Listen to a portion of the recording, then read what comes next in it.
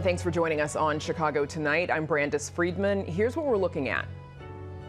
It is scary, but when we come together, we're strong. How local groups are mobilizing to push back against possible ramped-up immigration enforcement. Chicago is a hellhole right now. Legal questions swirl over the possibility of National Guard troops in Chicago. And historians warn the Trump administration's crackdown on the Smithsonian could have a chilling effect on museums across the country. First off tonight, local officials and community groups are gearing up for federal immigration agents they expect to hit Chicago streets in less than 24 hours. But it remains unclear whether the National Guard or other, quote, armed military personnel will be joining the ICE strike team.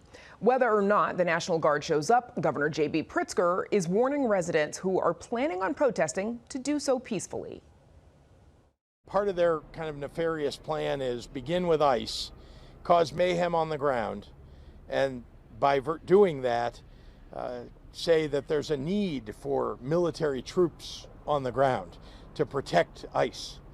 And so that's why I've talked a lot about, for the people who are going to protest, they've got to protest peacefully, not give them any reason to call in National Guard or military troops of other types. Meanwhile, the Washington Post is reporting that the Pentagon has signed off on using Naval Station Great Lakes, 30 miles north of Chicago, as an operations hub for whatever action the administration is planning. Officials tell the Post it could be used to house National Guard or active duty service members if the president orders troops into the city, as he has done in Los Angeles and Washington, D.C. The approval comes after the Department of Homeland Security sought permission in late August to use the base for ICE agents and other law enforcement personnel. The president of Northwestern University is stepping down following a tumultuous 3 years. The university says President Michael Schill will remain on the job until an interim president is named. Schill's tenure has been marred by an ongoing battle with the Trump administration, which has frozen the school's federal funding in attempts to influence campus policy. In July, the school cut 5% of staff, and Schill also oversaw the school's handling of pro-Palestinian protests on campus and a bombshell hazing scandal in the athletic department. Up next, discussion and debate over whether or not the National Guard should be deployed in Chicago. Chicago Tonight is made possible in part by the Alexandra and John Nichols family, the Polk Brothers Foundation, and the support of these donors.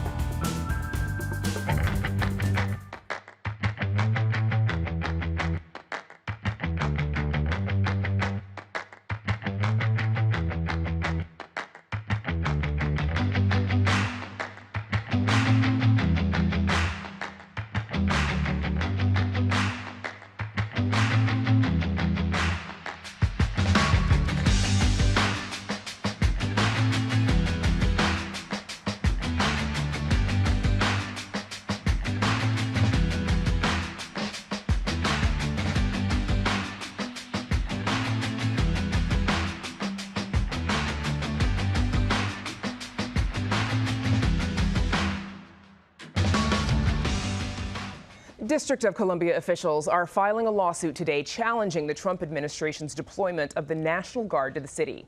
The legal challenge follows a federal judge's ruling that President Trump's decision to send National Guard troops to Los Angeles was illegal. Still, the president continues to promise sending troops to Chicago and other Democrat-led cities to assist immigration enforcement and/or fight crime. Mayor Brandon Johnson signed an executive order Saturday in response to the president's threats, affirming that Chicago police will not collaborate with federal agents on joint law enforcement patrols, arrest operations, or other law enforcement duties, including civil immigration enforcement.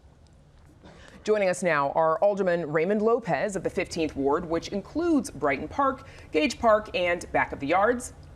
33rd Ward Alderwoman Rosanna Rodriguez Sanchez, whose constituents are in neighborhoods like Albany Park, Irving Park, and Avondale. And Chicago-Kent College of Law professor Harold Krent. Thanks to all three of you for joining us. Okay, so this is a complicated topic, and we know that the president has congressional authorization to send non-federalized National Guard troops only under extraordinary circumstances. The president has cited the city as being a, quote, crime-ridden hellhole, as we heard earlier in the show, as the reason for needing that military presence. We, of course, Professor Krent, we know that they have no arrest power. Do you think his reasoning might hold up legally? No, I don't think so. I mean, I think that he's actually put his foot in his mouth, as he often does, because to the extent that there is a small window of power to basically employ Texas National Guards in Chicago, it can only be to support a special federal mission. Maybe it can only be as well if the governor consents. We don't have any kind of legal precedent on that. But even if the governor has to consent, it has to be a federal mission. Ordinary law enforcement is not a federal mission. That's a local mission. So under our federalist structure of our Constitution, the president would be a much stronger ground if he did, as he said in Los Angeles, that he was there because ICE couldn't do its job. We don't know that. ICE has been able to do its job, so it's premature to send in troops, even for good reasons.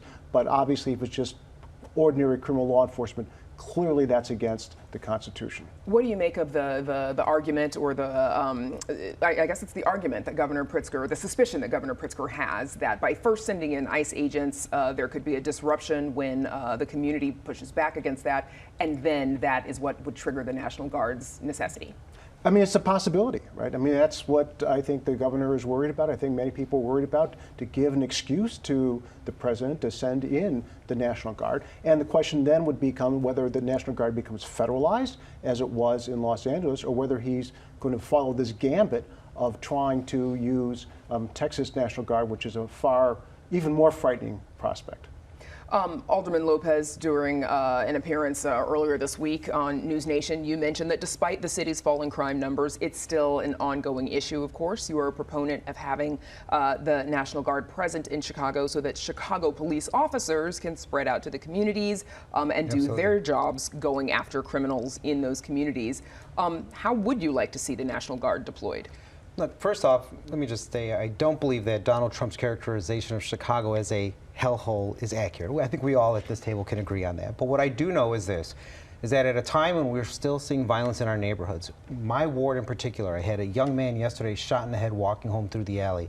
2 days ago, students were gunned down by a Venezuelan migrant. We do need help. We do need officers back in our neighborhoods. So if the president is able to send the National Guard to the city of Chicago, we can use those uniformed officers, military officers, to protect the city's assets, like the Mag Mile, Navy Pier, and other locations, so that they are no longer guarded by police officers for 24 hours a day. Those officers can in turn return back to the police districts and answer those thousands of 911 calls that go unanswered in wards like mine and Rosanna's every single day. That's what makes sense to me, as well as taking those federal agencies and using them as well. Alderwoman Rodriguez, what is your reaction to all of this? And to what your fellow alderman is arguing for? I think that militarizing communities and doing military occupation anywhere is that dictatorships do. I want to believe that we want to protect our democracy.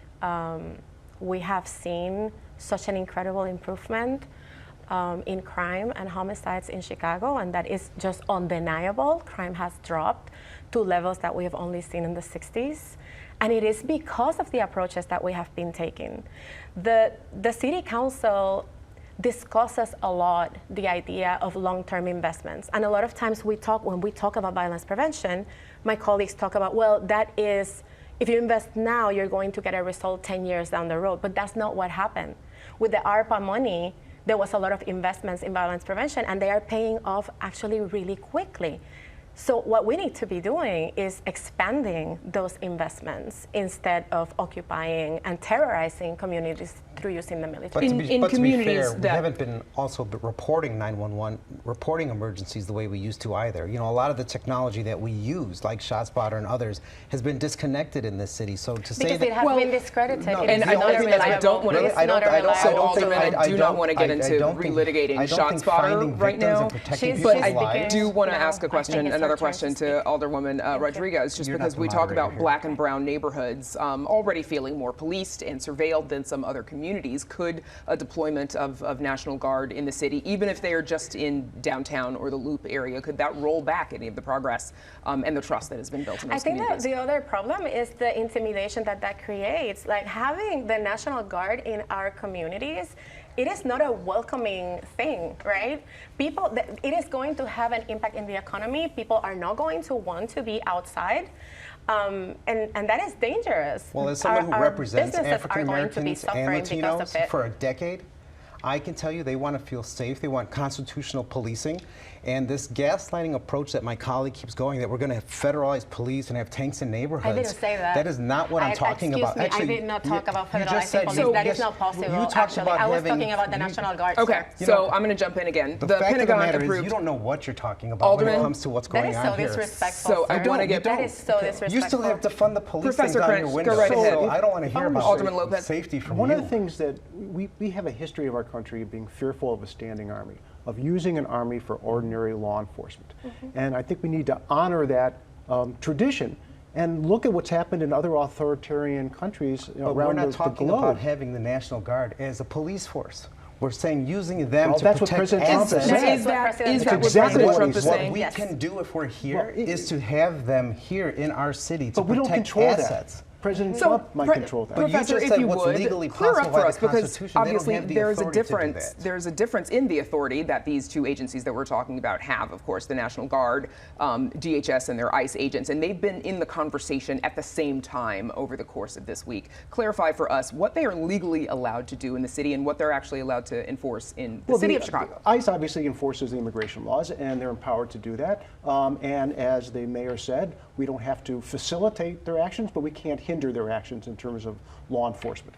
What the National Guard does will be more speculative, but they would serve to protect ICE. So if ICE is being attacked, if they're being frustrated, then the military or the National Guard would have a role in trying to remove those obstacles. There is no warrant for general law enforcement purposes. So to the extent that we all would like to have better law enforcement, and we'd like to have the money that's being used in the National Guard to put into those services, that would lower crime as well. But that's not what the National Guard are supposed to do under what Congress has said. They can only protect federal missions in that sense. The president is seemingly, broadening the role of the military in domestic situations. Is that concerning to you? Come the midterms, it is very concerning. If we get inured to the fact that we have National Guard in Los Angeles, in D.C., in Chicago, what's going to prevent the stationing of National Guard at sensitive polling places to try to generate different outcomes in the midterms? That is my chief fear right now. Okay. We're worrying about being desensitized to the National Guard while we've already been desensitized to the violence. And the only thing disrespectful about this entire conversation is that we're forgetting the victims across all the city of Chicago. And if we could do anything that prevents one more victim, then that is definitely something we should look into. Alderwoman Rodriguez, we've got 30 seconds left. I believe that we know exactly what works, that we need to continue to fund the initiatives that work. With those $134 million, we could fund so many services for the community: violence interruption, expansion of mental health care, and those are the things that we need to be looking into. Okay, that's where we'll have to leave it. I'm sure there's lots more to discuss in the coming days and weeks. Alderman Ray Lopez, Alderwoman Rosanna Rodriguez Sanchez, and Professor Harold Krent, thank you so much for joining us. Thank you. Thank you. Organizers behind the two-day music festival El Grito Chicago are postponing this year's event. The festival was scheduled to happen September 13th and 14th in Grant Park, but organizers say after communication with local officials about this potential ICE activity, they're delaying the event. Community leaders and residents across Chicago's communities have been gearing up for federal immigration agents who local officials, as we've said, believe will be targeting cultural events happening in the next month. Our Joanna Hernandez joins us now from Little Village with an update. Joanna, has this had an impact on the Mexican Independence Parade? Brandis, as far as we know, parade organizers say that it is still on. And this parade has been happening here in the heart of Little Village for nearly 54 years. And local officials are saying ICE is planning to conduct ICE raids during parades like this one scheduled for this month. And with residents still on edge, local community members are coming together to fight back. The point is to try to instill fear, but I will say that I think he targets us in a way because we are also very strong in our response. This isn't the first time that Trump has targeted Chicago. Diego Morales is one of the lead organizers behind Puño, a local rapid response group in Pilsen made up of volunteers. They work to protect their community by responding to calls of federal agent sightings. They're part of a larger network of groups mobilizing around their neighborhoods to inform people of their rights. He says their mission is to educate and empower people rather than instill fear. Puño collaborates with groups like the Illinois Coalition for Immigrant and Refugee Rights and Organized Communities Against Deportations. They have developed a series of training sessions and resources for individuals to access. This includes a hotline where people can report ICE activity, seek support in locating someone in ICE custody, connect them with an immigration attorney, as well as health care resources. Train people who want to support in other ways, doing what we call Migro Watch, and you can kind of think that is of like what we do like in the moment if there is an abduction or some kind of enforcement activity. What are best practices to say identify if what you're seeing is actually ICE or not? The way that all that works together to support families that are directly affected, collecting evidence for people's cases, but also evidence for legal action. Chicago has a large Latino population, with Mexicans representing 70% of this community. In Little Village, community members are passing out whistles as part of an initiative called Blow the Whistle on ICE to alert people if they see ICE sightings in the area. We have heard that in LA they turned off the cell phone towers and there was no way to communicate. So if they hear the whistle and you don't have papers, get away. Basatar Enriquez, president of the Little Village Community Council, says their organization has assisted dozens of families in completing legal documents. These include letters of power of attorney for children in case their parents are detained, and documents that attorneys can use to locate individuals taken by ICE. He says their team is assisting over 30 families who have visited the center for clothing, since many have stopped working due to the fear of deportation. Meanwhile, community leaders are encouraging everyone who is feeling isolated or overwhelmed by what's happening to get active. What's good for your mental health is getting involved, like showing up, just something as simple as going to a training, learning about some of this stuff, even going to a protest, whatever ways that people can contribute. And it's not just the right thing to do. It's not just strategically what's going to be important for us to protect our communities. It's also good for you. And Brandis, these are the type of brochures that organizers are passing out to the neighborhood, basically showing and identifying here and letting people know about their rights and other resources they can find in case they do get taken by ICE or see someone else taken by ICE. Reporting live from Little Village, I'm Joanna Hernandez. I send it back to you. Joanna, thank you. And we're back with more right after this.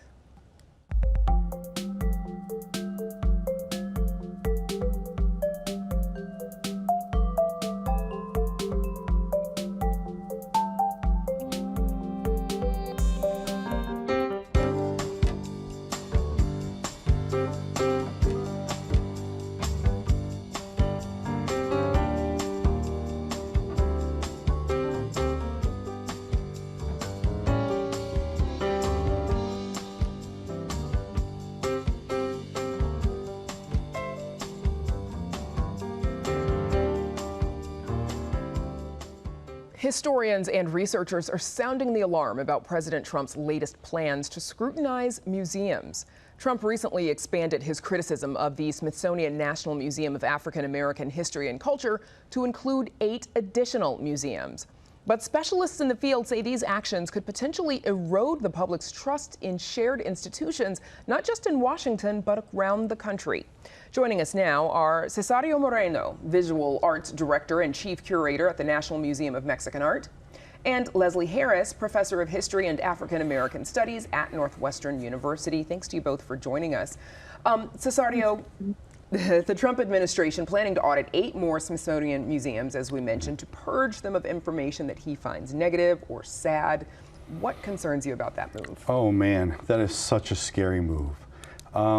You know, as we plan for the future, as we map things out for the direction that we're supposed to go in, all information is important, whether it's good, whether it's bad, whether it's ugly, no matter what it is. Without that information at your disposal, I think what you'll end up with is a poor plan. It's important to really look at things critically, understand them, embrace them, and learn. Without mistakes, without dark periods to learn from, I think we get half the truth. I think we get sort of a false sense of or understanding of where we should go. Have we seen this before in history, where the government tries to control the history on display in museums? Yes, without a doubt. You know, various countries, Soviet Union, and actually back in the old days, Egyptians and Greeks and Romans also did this. But more recently, I guess in the 20th century, USSR, South Korea, North Korea, and definitely in the United States, we've had propaganda, which is basically a one simplified view that pushes an ideology and in the end really does not rely on the society to create the culture, to bring up the culture, but rather uses the arts. Even in Mexico, the muralist movement in Mexico was nation building and successful propaganda. In a post on Truth Social last month, the president said, quote, "The museums throughout Washington, but all over the country, are essentially the last remaining segment of woke.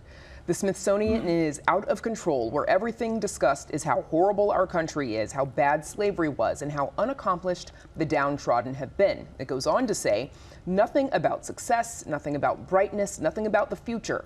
The country cannot be woke because woke is broke. We have the hottest country in the world, and we want people to talk about it, including in our museums." That is a direct quote from the president. Leslie, what do you make of President Trump's sentiments on Smithsonian museums? I'm going to ignore the casual invocation of woke and that we have a hot nation as if he's talking about someone he wants to date at a bar. But I want to quote actually Lonnie Bunch, the incredible director of the Smithsonian and the first leader of the founder, really, of the National Museum. He met with a 90-year-old sharecropper, a man named Princey Jenkins, in South Carolina, and he told him he was building this museum. And Mr. Jenkins lived as a sharecropper on the same farm, plantation, that his enslaved grandmother lived. And what Mr. Jenkins said that Dr. Bunch took to heart is, when you tell a history and build a museum, you have to tell people what they want to know and what they need to know. And the history of slavery, of the violence, of the racialized violence in this nation, of inequality, of ideals stated but not reached, and then ultimately overcome and reached, that is the history that is in the National Museum of African American History, and that is the history that is in most of the museums around our country.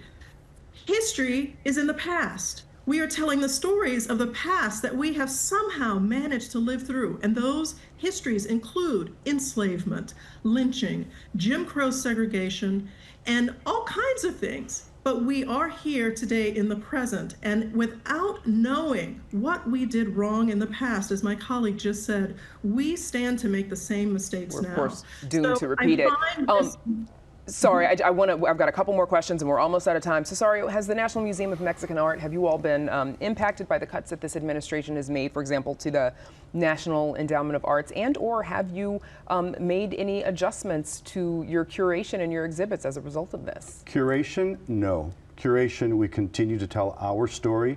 We're using, we're a first voice institution, and it's important that we tell our story in our way. Nobody can tell your story as well as you can, so that has not changed. Definitely we've adapted with the loss of a few grants. Nothing that really would keep the doors open or closed. They're more project-based, and so what we're doing is we're waiting, we're putting it on the back burner. Other institutions are stepping up to assist us, whether it's Illinois, the state of Illinois, or Chicago Department of Cultural Affairs, or so many of the foundations that are in Chicago that truly believe in the work that we do. So we've just slowed down a bit. Just slow down a bit. Okay. Leslie, as we mentioned, the president has instructed attorneys to go through the museums and start the same process that he says he had such success with at colleges and universities. Do these museums have a responsibility? Do they have an ability to push back against the guidelines that might not tell the full story that they're trying to tell? I'm confident that those who are in charge of the museums at the Smithsonian will push back appropriately in the best way that they can. They are more closely connected to the government than museums around the country, and so I'm going to just support them in the struggle to stand up to this authoritarian move. In terms of museums around the country, however, they have more latitude, and I'm convinced that many of these museums who have worked decades to change their interpretations to align with hopefully some of them won't. Yeah, I apologize. Hopefully they won't have the same struggles that some of the museums that are closer to the president in Washington do. We'll have to leave it there, unfortunately. Cesario Moreno, Leslie Harris, thanks to you both. Thank you. And that is our show for this Thursday night. Join us tomorrow night at 5:30 and 7 for the Week in Review. Now, for all of us here at Chicago Tonight, I'm Brandis Friedman. Thank you for watching. Stay healthy and safe, and have a good night.